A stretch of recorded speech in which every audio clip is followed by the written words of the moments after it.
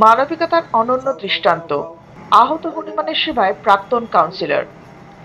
বসিরহাটের খড়িডাঙ্গা এলাকায় বিদ্যুতের তারে জড়িয়ে গুরুতরভাবে আহত হলো এক হনুমান। 11,000 ভোল্টের বৈদ্যুতিক তারের শক খেয়ে তার পায়ের উপরের অংশের মাংস ক্ষতবিক্ষত হয়ে যায়। অসহায় অবস্থায় রক্তাক্ত হনুমানটিকে উদ্ধার করে নিয়ে আসেন স্থানীয় এক মহিলা। এরপর তাকে নিয়ে আসা হয় বসিরহাট পৌরসভার 20 নম্বর ওয়ার্ডের প্রাক্তন কাউন্সিলর পরিমল মজুমদারের কাছে। সংবাদ পাওয়া মাত্রই তিনি চিকিৎসকদের সঙ্গে যোগাযোগ করে চিকিৎসার ব্যবস্থা করেন। চিকিৎসকদের পরামর্শ মেনে প্রতিদিন দুবার ক্ষতস্থান পরিষ্কার করে ড্রেসিং, ওষুধ খাওয়ানো থেকে শুরু করে ফলমূল খাওয়ানো সবকিছুই নিজে হাতে করছেন তিনি। একটি প্রাণীর জন্য এমন যত্ন দেখে অবাক হয়েছেন অনেকেই। স্থানীয়দের কথায় মানুষের মতো প্রাণীদের প্রতিও তার হৃদয় সমান দরদি। আসলে এই প্রথম নয়, প্রায় 2 বছর আগে একইভাবে বিদ্যুতের তারে জড়িয়ে মারা গিয়েছিল আরও এক হনুমান। সেই ঘটনার পর তার উদ্যোগে এলাকায় একটি হনুমান মন্দিরও তৈরি হয়। আর এবার জীবিত এক হনুমানের চিকিৎসার দায়িত্ব কাঁধে তুলে নিয়েছেন তিনি। পরিমলবাবুর এই উদ্যোগ আজ বসিরহাটে মানবিকতার এক উজ্জ্বল দৃষ্টান্ত হয়ে উঠেছে। আহত হনুমানের চিকিৎসার তিনি যে নিষ্ঠা ও ভালোবাসা দেখাচ্ছেন, তাতে জোর গলায় অনেকেই বলছেন প্রকৃত মানবিকতা এমনই হওয়া উচিত।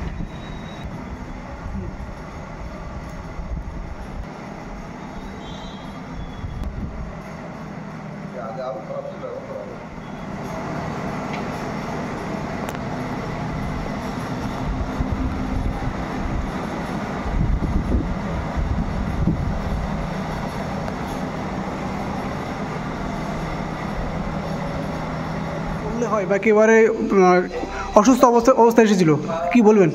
এই হনুমানটি আমরা যে দেখলেন যে হনুমানটি, এটা খড়িডাঙ্গা বলে একটা জায়গায় 11,000 ভোল্টের তারে শর্ট খেয়ে পড়েছিল। একটা মহিলা এবং একটা ছেলে সেই হনুমানটি তুলে আমার কাছে নিয়ে আসে গত 2 দিন আগে। তখন ভীষণ খারাপ অবস্থা ছিল, দেখা যাচ্ছে একবারে কারেন্টের শর্টকে একটা সাইড পুরো পুড়ে গেছে এবং হাত পায়ে কোনো বল নেই।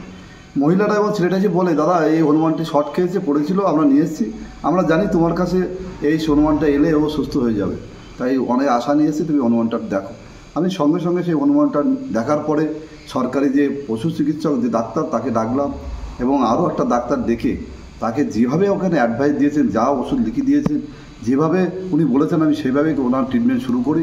অলরেডি এই হনুমান এখন আমার এই বাসভবনে আছে, এখানে রেখে আমি ওর নিয়মিত ড্রেসিং করা হচ্ছে দিনে 2 বার করে, এবং আপেল থেকে শুরু করে, কলা থেকে শুরু করে, দুধ থেকে শুরু করে সব খাওয়ানোর ব্যবস্থা হচ্ছে। আর সেই সঙ্গে অ্যান্টিবায়োটিক চলছে, গ্যাসের ট্যাবলেট চলছে, ব্যথার ট্যাবলেট চলছে, যাতে মানুষের যে ট্রিটমেন্ট ওরও স্বাভাবিক সেই ট্রিটমেন্ট। প্রথম অবস্থায় স্যালাইন চলেছিল, এখনও অনেকটা বেটার আছে এখন। তবু আমরা সবসময় ডাক্তারি অ্যাডভাইজে আছি এবং সেরকম যদি কোনো খারাপ পয়সা নয় আমরা অবশ্যই সরকারি হাসপাতালে ভর্তি করব। কিন্তু একটা জিনিস আমার খুব অবাক লাগে যে হনুমান এমন একটা জিনিস, আমরা হিন্দু ধর্মে হনুমানকে দেবতা মনে করি। আমার জ্ঞানত সমস্ত দেবতার ভিতরে এই হনুমান একমাত্র জীবিত দেবতা, আমরা একদম জীবিত দেবতা হিসেবে এই হনুমানকে মানি। এই হনুমান এমনই একটা পশু, এমন একটা প্রাণী, দেখবেন এরা যখন অসুস্থ হয় তখন হয় কোনো ওষুধ দোকানে চলে যায়, কোনো হসপিটালে চলে যায়, আবার মানুষের দ্বারে চলে আসে। তার কারণ এই অনুভূতি, নিজের অনুভূতি থেকে জানে যে আমি অসুস্থ, আমাকে বাঁচাতে পারে একমাত্র মানুষ। তাই যখনই হনুমান অসুস্থ হয় তখন মানুষের দ্বারে চলে যায়। এবং সেই সময় দেখবেন কোনো হনুমান তার পাশে গায়ে হাত বুলাবেন, পাশে যাবেন, কিচ্ছু বলবে না। কিন্তু অন্য সময় আপনি হনুমানের পাশে যাবেন, আপনাকে তেড়ে আসবে, আপনার কামড়িয়ে দেবে, কিন্তু যেই অসুস্থ হবে কোনো মানুষ তার গায়ে হাত দেবে, খাওয়াবে, কিচ্ছু বলবে না। এটা হচ্ছে মানুষরূপী ওরা ভগবান। এই হনুমানকে আমরা ভীষণভাবে মানি। আর আপনারা জানেন যে আমার ওয়ার্ডে একটা হনুমান আগেও একটা কারেন্ট শর্ট খেয়ে মারা গেছিলো, এবং সেই হনুমানকে আমরা যেখানে সমাধি দিয়েছিলাম, হিন্দু শাস্ত্র অনুযায়ী যেখানে সমাধি দিয়েছিলাম, সেখানে আমরা হনুমান মন্দির তৈরি করেছি। এবং সেই মন্দিরটা এই মুহূর্তে খুব জাগ্রত মন্দির। শনিবার প্রতিদিন সকাল সন্ধ্যে পুজো হয় এবং শনিবার আর মঙ্গলবারে খুব ধুমধাম করে পুজো হয়। প্রচুর মানুষের মনোকামনা পূর্ণ হয়েছে। এবং ওই মন্দির যখন আমরা উদ্বোধন করি, প্রায় 5,000 মানুষকে আমরা খাইয়েছিলাম এবং প্রচুর মানুষ সামনে রেখে ওই মন্দির আমরা উদ্বোধন করেছিলাম। আজকে সেই মন্দিরটা ভীষণভাবে জাগ্রত, তাই বুঝি এই মানুষগুলো জানতে পেরেছে, তাই আমার কাছে হনুমানটা নিয়ে এসেছে।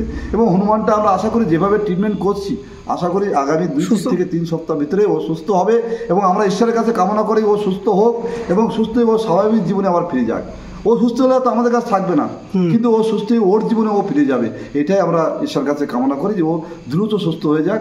এবং আপনি তো দেখলাম একবার নিজে হাতে তাকে ড্রেসিং করাচ্ছেন। আমি একদম নিজে হাতে তাকে ড্রেসিং করে খাওয়ানো, ওষুধ খাওয়ানো সব থেকে আমি নিজে, যাতে প্রত্যেক দিন 3 থেকে 4 বার করে ওর আমরা দেখভাল করি এবং সম্পূর্ণরূপে কোনো ট্রিটমেন্টের কোনো ঘাটতি নেই।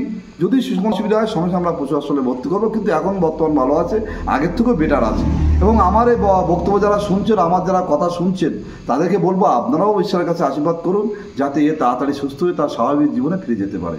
আমার মন থেকে আমি এটাই চাইছি যে ওকে তাড়াতাড়ি সুস্থ করবো, যে কোনো পলিসিতে যে কোনোভাবে হোক, আমার কষ্ট হোক, কোনো অসুবিধা নেই, কিন্তু ওকে আমরা সুস্থ করার জন্য বদ্ধপরিকর এবং সুস্থ হওয়ার পরে ওর স্বাভাবিক জীবনে ও আবার ফিরে যাক, এইটাই আমরা আশা করি। এইটা ছাড়া আমাদের কাছে আর চাওয়ার কিছু নেই। দেখতে থাকুন সত্যম নিউজ।